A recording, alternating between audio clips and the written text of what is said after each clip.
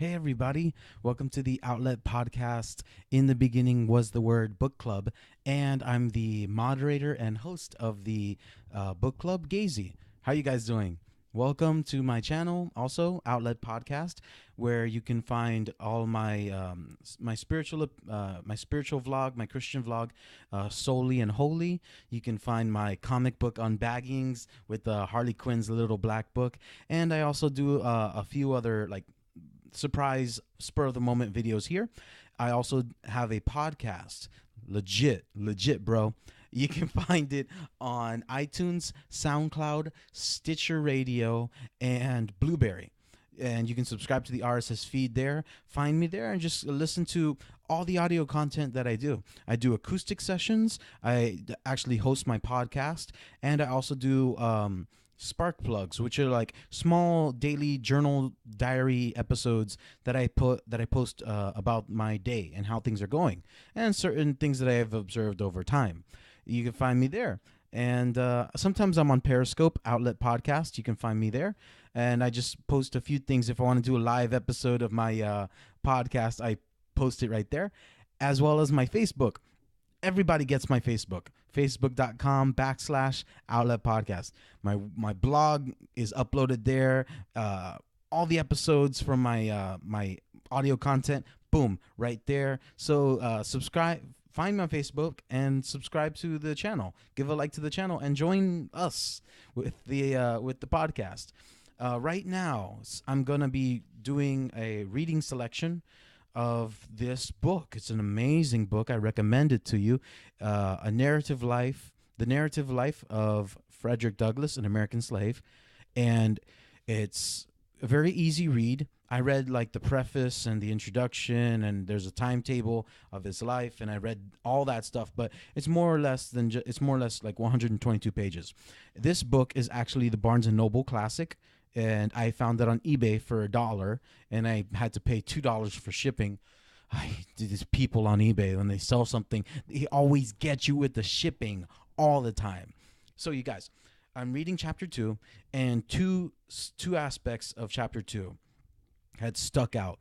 One is the Great House Farm, and the other are the slave songs. So right now I want to just read a little bit of the Great House Farm and just share a couple of thoughts that I have about the Great House Farm. Then I want to share a few of my thoughts when it comes to the slave songs. Now, the slave songs, I guess they're known in various ways. I think they say the Negro spirituals. That's a way they're referred to also. These are the songs that the slaves would sing while they were in the fields working, and in other occasions too. So let me just share first with the Great House Farm. It's in chapter 2. I'm going at a snail's pace with this podcast. Well, with this vlog. Sorry, guys. I'm going at a snail's pace because the content deserves reverence, and because this is a part of American history. And it's not, I'm not reading this to shun white people. No, I'm reading this to educate myself as an American citizen by birth. These are things that I need to know. This is our heritage. Whether you've been here, whether your grandparents been here, whether you've been here, or whether you've accepted, uh, you've been made a citizen yesterday. This is stuff we need to know. So yeah, chapter 2. There's a glare in my glasses. I don't have my contacts on. I'm sorry, guys. Yeah, and yeah, I'm pretty blind. I need my glasses. I don't. Where would I be without my glasses? Velma. There you go. So, on page 24, suffer me as I read, and maybe you can follow along. The home plantation of Colonel Lloyd wore the appearance of a country village. All the mechanical operations for all the farms were performed here. The shoemaking, the mending, the blacksmithing, cart riding, coopering, weaving, grain grinding were all performed by the slaves of the plantation. The whole place wore a business-like aspect, very much unlike the neighboring farms. The number of houses, too, conspired to give it an advantage over the neighboring farms. It was called by the slaves the Great House Farm. Few privileges were esteemed higher by the slaves of the out farms than that of being selected to do errands at the great house farm. It was associated in their minds with greatness. A representative could not be prouder of his election to the seat in American Congress than a slave on one of the out farms would be of his election to do errands at the great house farm. They regarded it as evidence of a great confidence reposed in them by their overseers, and it was on this account, as well as a constant desire to be out of the field for under the driver's lash, that they esteemed it a high privilege, one worthy of living for. Here they would also sing, for example, while they would be on a journey to the great house farm, something that they would sing. Here's where the slave songs kind of coincide, and it's very ironic and a little eerie, which deserves a little bit of analysis. He says, then they would sing most exultingly the following words: I go away to the great house farm, oh yay, oh yay.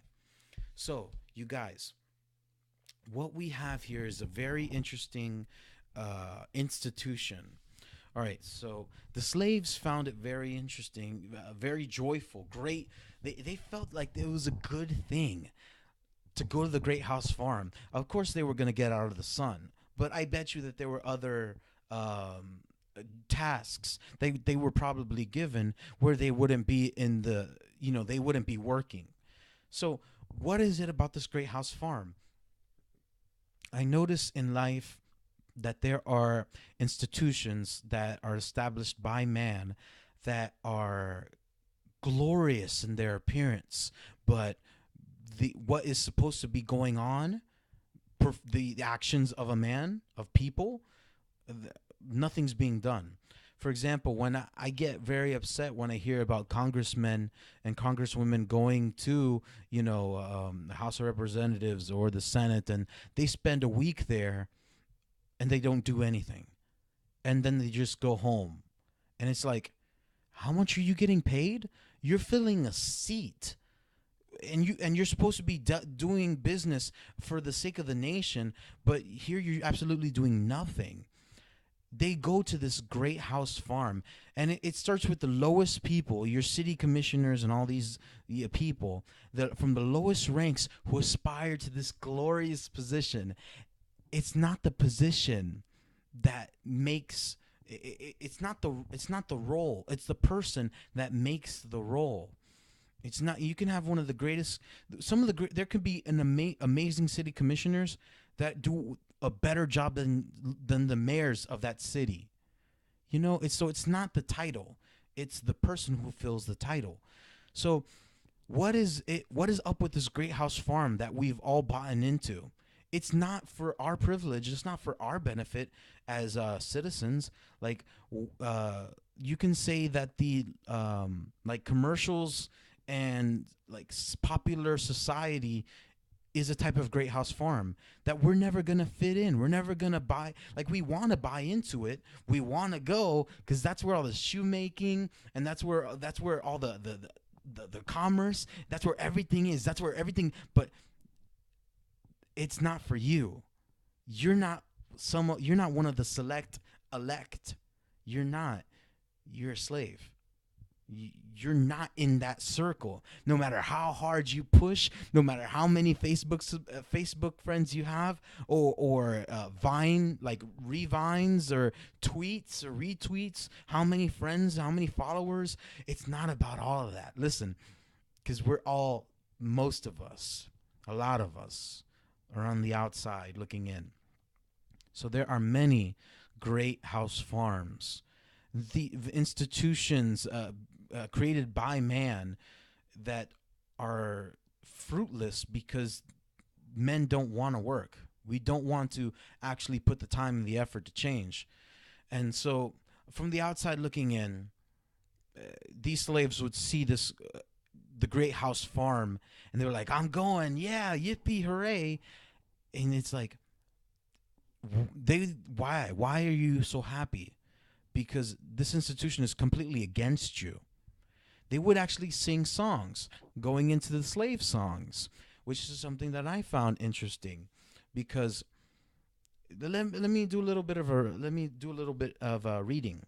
they would sing as a chorus to the words which many would seem unmeaning jargon, but which nevertheless were full of meaning. Page 26. To themselves. I have sometimes thought that the mere hearing of those songs would do more to impress some minds with the horrible character of slavery than the whole reading of volumes of philosophy could do on the subject. Some underlined sections that I have. Every tone was a testimony against slavery and a prayer to God for deliverance from chains. Slaves sing most when they are unhappy. The songs of the slaves represents the sorrow of his heart, and he is relieved by them only as an aching heart is relieved by its tears. This is all I found in chapter 2. And everything deserves reverence and observation, because it's so interesting that the slaves would sing songs out of the pain of their hearts, but they would they would have content within the lyrics that were inspirational, that would try to get by. In the blues that I have heard, a lot of blues that I have heard is very, my wife, she left me, woman, you're doing me wrong, woman, you're doing, and we're talking about the slave songs where they would cry out for God to break the chains. They would cry out for freedom. They would cry out because of the pain of being whipped, beaten brutally. So these people would sing songs, and it's out of the aching heart that they would sing these songs. And so in my personal life, I've noted all the songs that I sing, and sometimes when I do an acoustic session, I'll do some funny songs, some upbeat songs that bring me joy and bring me some good stuff. But there's songs that I sing for meditation, songs that I sing to cause me to get back in focus, worship songs that I sing to God, because number one, he's worthy of all praise, and number two, to help me because I'm weak and I'm in chains because of the sins of my life. We're all in, I'm a Christian, and I know that I confess that I've been saved by the blood of Jesus Christ, that Jesus done a work in me, and he that is doing a work in me will continue it till the day of the Lord. I believe that. I believe it. It's just when I go through my life and I see the temptations that and I'm faced with them and I have to fight them, it's unbearable. And so I cry out for redemption too, because I can't take this body.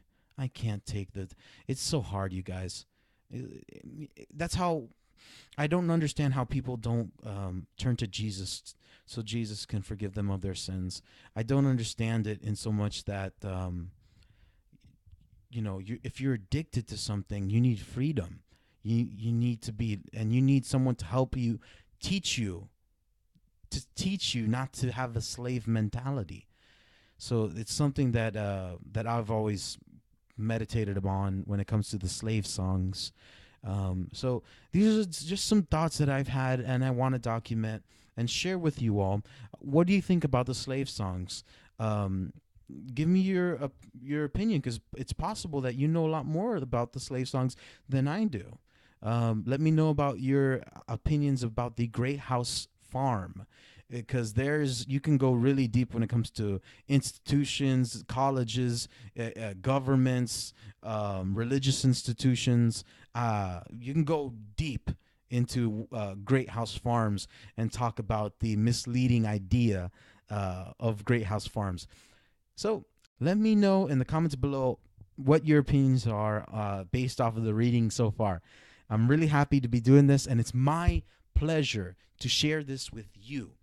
Thank you very much for watching and cooperating with the Outlet Podcast. In the beginning was the word book club. Thank you all. God bless, guys. Connect and recharge.